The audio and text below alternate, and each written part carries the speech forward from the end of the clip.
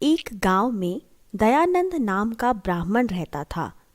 एक बार वह हवन आदि कराने के लिए एक गांव में किसी आदमी के घर गया।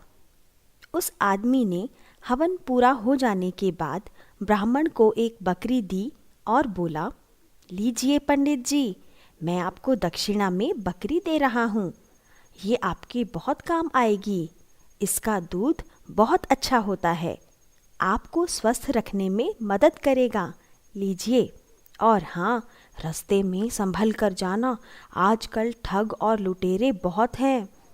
ब्राह्मण बकरी को लेकर अपने घर की ओर निकल जाता है। ब्राह्मण बकरी को लेकर चला जा रहा था। मार्ग में 3 ठगों ने उसे बकरी के साथ देखा तो बकरी हथियाने की योजना बनाने लगे। योजना अनुसार तीनों ठग ब्राह्मण के मार्ग पर थोड़ी थोड़ी दूर में खड़े हो गए।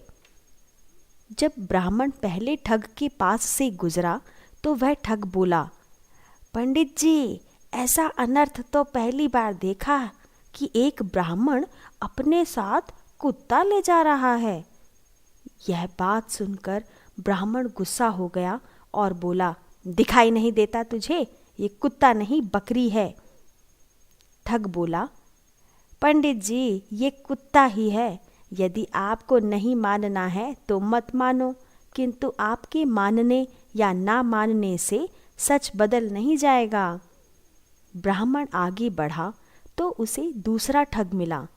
उसने ब्राह्मण से कहा, पंडित जी, लगता है आपको पता नहीं है कि उच्च कुल के व्यक्तियों को कुत्ता अपने घर नहीं पालना चाहिए।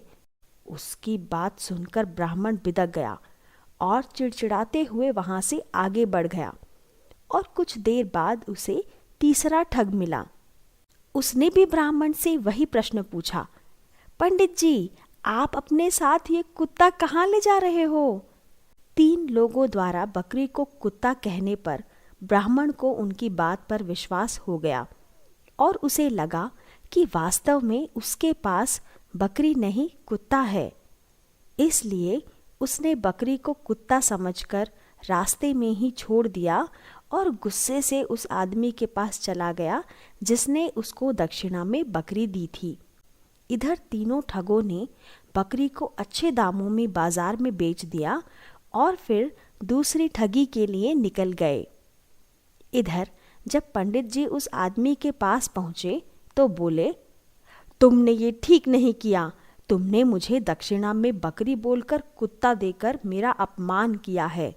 मैं तुम्हें कभी माफ नहीं करूंगा। यह सुनकर वो आदमी बोला, नहीं पंडित जी, मैं ऐसा कैसे कर सकता हूँ? मैं आपका अपमान कैसे कर सकता हूँ? मैंने तो आपको बकरी ही दी थी। मैं कसम खाता हूँ। आपको किसने कहा कि वह कुत्ता है?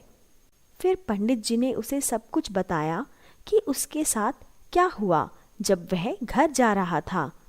ये सब सुनकर वह आदमी बोला, पंडित जी, मैंने आपसे पहले ही कहा था, संभल कर जाना।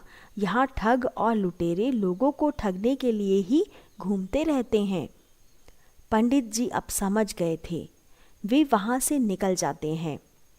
दूसरे दिन पंडित जी एक पीतल की छड़ी लेकर सुनार के पास जाते हैं और पीतल की छड़ी पर सोने का पानी चढ़वा देते हैं और सुनार को सब कुछ समझा देते हैं। फिर वह चले जाते हैं और रास्ते में फिर से उन ठग से मिलते हैं। ठग उनके हाथ में उस पीतल की छड़ी को देखकर कहते हैं, पंडित जी, ये क्या है आपके हाथों में? सोने की छड़ी है क्या? बहुत चमक रही है। पंडित जी कहते हैं, हाँ भैया, ये सोने की छड़ी है। तीनों ठग उस छड़ी को सोने की छड़ी समझकर पंडित से 1000 रुपए में खरीद लेते हैं। और जब वे तीनों सुनार के पास जाते हैं तो सुनार उस छड़ी को पहचान जाता है और चुपचाप पुलिस को बुलाकर उन ठगों को पकड़वा देता है।